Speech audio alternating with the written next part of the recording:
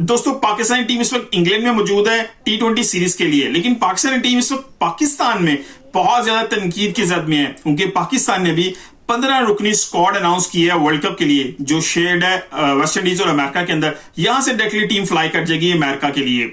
लेकिन बाबर आजम बहुत ज्यादा इस वक्त तनकीद की जद में है। आप अहमद शहजाद की बात करें, निजी टीवी चैनल के ऊपर बैठ के वो बात करते हुए नजर आते हैं।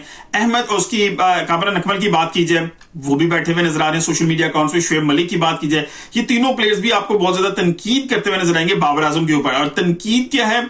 तनकीद ये है कि जो वर्ल्ड कप के लिए 15 रुकनी स्क्वाड अनाउंस किया गया है उसमें दोस्ती यारी का अंसर पाया जाता है। इन तीनों प्लेयरों से 2 प्लेयर ऐसे हैं जिन्होंने अभी तक रिटायरमेंट अनाउंस नहीं की हुई, और एक प्लेयर ऐसा है जिसे दिसंबर 2023 के अंदर जो सिलेक्शन कमेटी है, सिलेक्टर्स था, उसके एज ए एसोसिएट यानी कि उनको कंसल्ट करने के लिए उनको अनाउंस किया गया था पीसीबी की तरफ से। क्या उन्होंने कोई चेंजेस किए? क्योंकि पाकिस्तान ने जो सीरीज खेली थी न्यूजीलैंड में 2024 के स्टार्ट में जनवरी में, जो पाकिस्तान 4-1 से हारा था सीरीज, उस सीरीज में उस वक्त वो कंसल्टेंट थे सिलेक्टर के, तो कामरान अकमल की मैं बात करूं, वो भी इस वक्त बाबर आजम को अच्छी खासी तनकीद करते हुए नजर आ रहा है। लेकिन उस वक्त भी प्रोबेबली यही टीम थी, सेम यही टीम थी। साइम अयूब भी वहां मौजूद थे, आजम खान भी वहां मौजूद थे, इफ्तिखार अहमद भी मौजूद थे, और ये जो बाकी प्लेयर्स हैं ये सब मौजूद थे।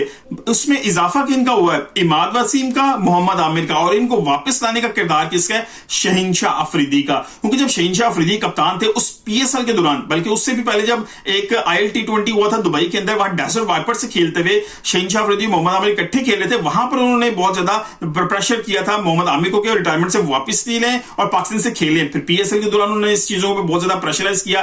फिर सोन पीसीबी की तरफ से कंफर्मेशन मिलने के बाद इन दोनों प्लेयर्स ने वापसी की रिटायरमेंट से। अब ये दोनों आपके प्लेयर्स का इस टीम का हिस्सा हैं। अब बताइए, अब कौन सा ऐसी रीजन है जिसकी वजह से सब इस चीज को प्रेशराइज बाबर आजम पे कर रहे हैं कि ये दोस्ती यारी खिलाई जा रही है?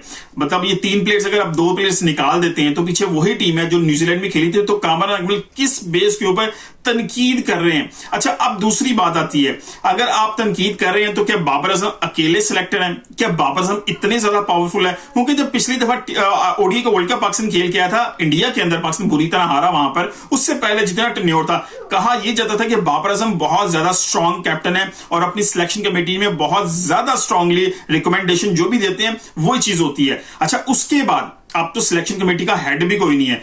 पीसीबी जो मोहसिन नकवी है चेयरमैन, उन्होंने तो हेड भी अनाउंस नहीं किया सिलेक्शन कमेटी का। लेकिन सीम्स लाइक कि जो एक्शन करते हैं Wahab Riaz as a selector, जो चीफ सिलेक्टर है उसकी तरह एक्शन करते हुए नजर आते हैं। अब आप देखें, मोहम्मद यूसुफ भी उसमें मौजूद है, अब्दुल रजाक भी मौजूद है, अब गैरी क्रिस्टियन भी उसका हिस्सा है, फिर बाबर आजम भी हिस्सा है, फिर एक एनालिस्ट, डाटा एनालिस्ट है। तो 6-7 ऐसे प्लेयर्स हैं जो इस स्क्वाड का हिस्सा, यानी कि सिलेक्टिंग पैनल का एक हिस्सा है, जो अनाउंस कर रहे हैं, जो सिलेक्ट कर रहे हैं प्लेयर्स को। तो क्या बाबर आजम इन सब 6 लोगों से ज्यादा स्ट्रांग है?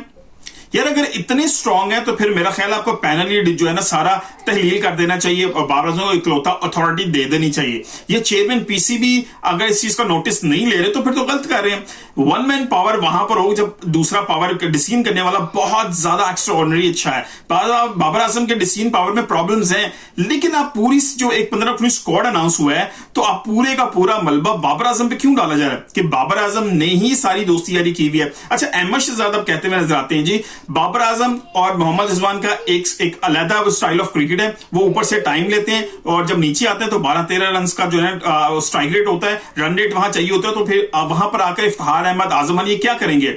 देखिए, मिडिल ऑर्डर के अंदर जो आके बात जब आती है, जो लोअर मिडिल ऑर्डर आता है तो ये इसी तरह के स्ट्राइक रेट में खेलते हैं जिसमें 6 से 12-15 इसके दौरान ही उनको टाइम मिलता है। T20 क्रिकेट इतनी तेज हो चुकी है कि आपको 200 प्लस रन करने हैं। 200 प्लस रन करने का मतलब यह है कि आपको 10 रन पर ओवर, तो 10 रन पर ओवर अगर आप उस स्ट्राइक रेट को मेंटेन नहीं करें, आप ऊपर खेलें या नीचे खेलें, अब क्रिकेट इतनी फास्ट हो चुकी है कि आपको 10 के रन रेट के साथ चलना पड़ेगा। आपको चाहे अगर ऊपर से अगर 6-7-8 से खेल रहे हैं तो नीचे आके 12-13 से खेलना पड़ेगा। इस चीज की क्वालिटी को इंक्रीज करना पड़ेगा। इफ्तिखार अहमद हो या आजम खान हो या कोई तीसरा प्लेयर भी आगे खेले, दुनिया क्रिकेट के अंदर ये जो बैट्समैन इस पोजीशन के ऊपर आ रहे हैं उनके स्ट्राइक रेट उठा के देखिए। इंग्लैंड के लैम लिविंगस्टन को देखिए, वो कहां पर खड़े हैं। मतलब ये इस तरह की अनहोनी बात नहीं है, ये पोजीशंस इस तरह की है, यहां पर आपको 12-13 रन पर ओवर जो है ना करना आना चाहिए। अब क्रिकेट बहुत ज्यादा इंप्रूव हो गई है। हाँ, ये जरूर है बाबर आजम की जो स्टाइल ऑफ क्रिकेट है, स्टार्ट में क्योंकि मैं इस चीज को पहले भी जो है पॉइंट आउट करता रहा हूं, जो पहले 6 ओवर्स है उसमें पाकिस्तान टीम बहुत ज्यादा डॉट्स बॉल खेलती है। उन डॉट्स बॉल को आप चौके छिक्के में अगर नहीं भी कन्वर्ट करें तो सिंगल डबल में एटलीस्ट कन्वर्ट कीजिए, क्योंकि उससे फायदा ये होगा कि आपका जो रन रेट है वो जो बड़ा एग्रेसिवली तो नहीं लेकिन स्मूथली जो है ना वो इंक्रीज करता रहेगा, जो आपको शायद बाद में जो लेट वाले मिडिल ओवर्स हैं 6 से 15 के दरमियान उसमें आपको बहुत ज्यादा सपोर्ट मिलेगी। लेकिन अगर आप इस चीज को फिर भी पॉइंट आउट करते हैं तो फिर आप मत भूलिए कि बाबर आजम और रिजवान ही की वो जोड़ी है जिसने 200 रन भी जो है चेज डाउन किए हुए हैं। और इंडिया के खिलाफ T20 वर्ल्ड कप में अगर किसी जोड़ी ने पहली दफा पाकिस्तान को मैच जितवाया है तो वो यही जोड़ी थी जिसने 153 रन जो है ना without losing a wicket Pakistan को विक्ट्री दिलवाई थी। इनके स्टाइल ऑफ क्रिकेट में प्रॉब्लम जरूर है। अब आपने उनकी जोड़ी को ब्रेक किया, आपने तीसरा प्लेयर इंजेक्ट किया और उस प्लेयर को लेके चल रहे हैं, और अगर वो परफॉर्म नहीं कर रहा तो अब ये भी कहा जा रहा है कि जी बाबर आजम ने किया। हालांकि बाबर आजम और मोहम्मद रिजवान की जोड़ी को तोड़ने में बाबर आजम मोहम्मद रिजवान दोनों इंटरेस्टेड नहीं थे, फिर क्यों साइम अयूब को इंजेक्ट किया गया? अहमद शहजाद कहते हैं कि जानबूझ के किया गया ताकि इसका मलबा साइम अयूब पे पड़े, हमारी तरफ आके कोई ना देखे। यार मतलब बेवकूफों वाली बात है कि जब वो प्लेयर दोनों अग्री नहीं थे फिर भी आपने इंजेक्ट किया है, और अगर वो इंजेक्ट हुआ प्लेयर परफॉर्म नहीं कर रहे तो उसका मलबा भी बाबर आजम और मोहम्मद रिजवान पे डल रहा है। स्टाइल ऑफ क्रिकेट पे आप तनकीद कर सकते हैं, लेकिन जो बाकी आप ब्लेम गेम खेल रहे हैं उसका फायदा नहीं, उसका नुकसान होगा पाकिस्तान क्रिकेट को। और पाकिस्तान इस वक्त खेलने जा रहा है वर्ल्ड कप, 15 रुकनी स्क्वाड अनाउंस हो गया है। अब आपको चाहिए कि जो 15 लड़के अनाउंस हो चुके हैं इनको सपोर्ट करें। This is the time to support. अब आप उनको तनकीद करेंगे, पॉइंट आउट करेंगे तो फिर लेट डाउन होगी team. It's not a time to let down the team. अब जो 15 रुकनी स्क्वाड अनाउंस होने से पहले आप डिस्कशंस करते हैं, क्योंकि जब 29 रुकनी स्क्वाड अनाउंस हुआ था फिटनेस ट्रेनिंग कैंप के लिए जो काकोल अकेडमी में हुआ था, आप उस वक्त ये चीजें बातें जरूर कर सकते थे, या उस वक्त जो की थी आपने वो सूटेबल थी। अब 15 रुकनी स्क्वाड अनाउंस हो गए, let them give the time कि वो उसको प्रूव कर सकें जो उन्होंने डिसीजंस लिए। क्योंकि देखें पाकिस्तान ने अपना फाइनल स्क्वाड भी तब अनाउंस किया जब गैरी क्रिस्टन आगे फाइनल कंसल्टेशन के लिए रुका हुआ था।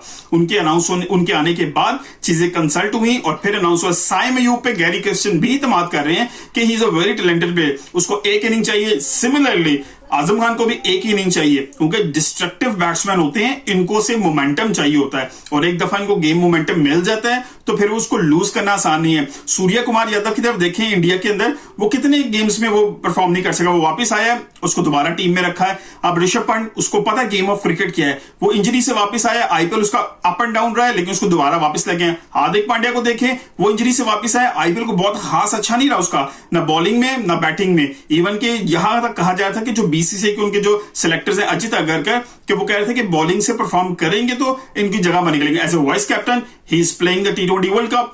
तो I think it's a best time. Shoaib Malik को आप तो सर सीपीएल खेल के भी कहते हैं जगह बने, आप कामरान अकमल साहब भी अगर चाहें अभी भी कहें कि उनको पाकिस्तान खेलो तो वो अभी भी वापस आ जाएंगे। अहमद शहजाद को भी ऑफर कीजिए, वो भी वापस आ जाएंगे।